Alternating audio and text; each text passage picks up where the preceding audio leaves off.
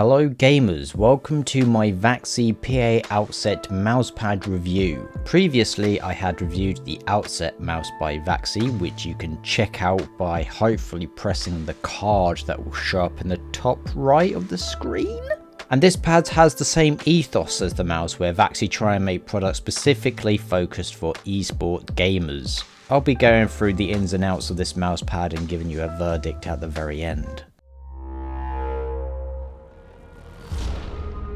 First of all, thanks to VAXEE for sending this mousepad to me. I very much appreciate it, and this review, as always, will remain completely honest. So this pad has one size, which is 470mm by 390mm and is 3.5mm thick.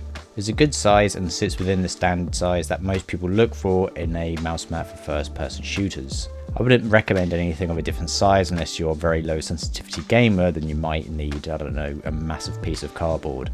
So this mouse does come rolled up in a tube, but you'll be glad to know that it doesn't take very long for it to flatten out. I didn't have to do anything special with it. In fact, it was just the very edges that were curled in ever so slightly, so the majority of the pad was usable straight away, and the rest after maybe about a couple of hours. So this is really good because there's quite a few mouse pads that are rolled up even though they're quite stiff, and you've got to like maybe flatten them or wait a bit until, you know, the whole thing becomes usable. The top of the pad looks very nice. I really like this illusionist imagery going on here. I know it's cosmetic, but if I'm going to frag, I will do so in style. It's a soft pad with a cloth fibre surface, which feels very consistent to use. It is a bit firm, so this pad feels a bit more like my SteelSeries Quick Heavy. Now on this one, there is also no stitching around the sides, which is a shame to see. I feel like stitching is a must-have as the sides here are completely exposed, and you can already see that there's some fraying at the bottom already. On the bottom left side you get the small VAXEE imprint, and on the right side you get their logo, and you can also on their website get a personalised one if you wish. On the underside of the pad you get a smooth rubber base. I say it's smooth as there's no texturing at all. It does remain on my desk, and so it does its job very well. I say that this pad isn't really that fast, it's more focused on control. What I mean by that is that you're going to have a lot more accuracy when it comes down to smaller aiming adjustments, but moving from target to target might be slower than some of the faster mouse pads. I've used a Pulsar X Lite wireless with Super Glides, Logitech Superlight, and the VAXEE Outset mouse, and they're all honestly quite similar to each other. When it comes to in-game use, it is completely fine though. It is, as I said, more of a control side of things, so as I mentioned earlier, it might be a bit slower than some others. Regardless of that, it's still great to use, and probably the best thing about it is the consistency around the whole pad. Even after a month with constant use, and I mean constant use, it's really kept up with that high standards that you'd need from a pad.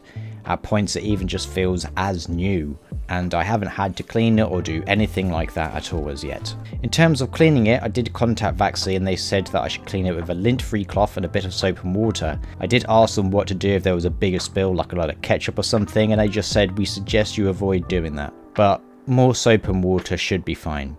I kind of feel that for a cloth pad that's going to be used almost every day by people, it should really have some more defined and properly tested cleaning instructions. For example, my Etrify GP4 that I use says I can just stick it in the washing machine, so I know that at least I can give it a good go with some soap and water. So this pad costs around $29, €29 or 25 quid at the time of this review. The price is pretty reasonable, I feel, for a pad like this, but some others around that price can come with stitch edges, which I know I keep on going on about it, but it's quite important for those that want to keep a pad and to keep it for a long time. It's also only available through them directly, so there is also no third-party resellers. So I personally wouldn't buy this mousepad. As I have said many times already, the lack of stitch edges is a real deal breaker for me. It's mainly because I've had some pads before that have had this same edging, and they would start to separate from the rubber base. I will try and keep using this as much as possible, so I could do a further review in a few months from now to see how it's held up, or unless you have one. If you have, let me know in the comments if yours is pretty much fine, or if I'm just some sort of messy idiot. Maybe I am overthinking this, and it's not going to fall apart at all. Regardless, I feel there's other options that might offer a bit of longevity, which I think is the most important, as not everybody wants to buy a new pad every few months. So that's all for this review. Thank you very much for watching. Don't forget to like and subscribe so that we may benefit from the temperamental algorithm of YouTube.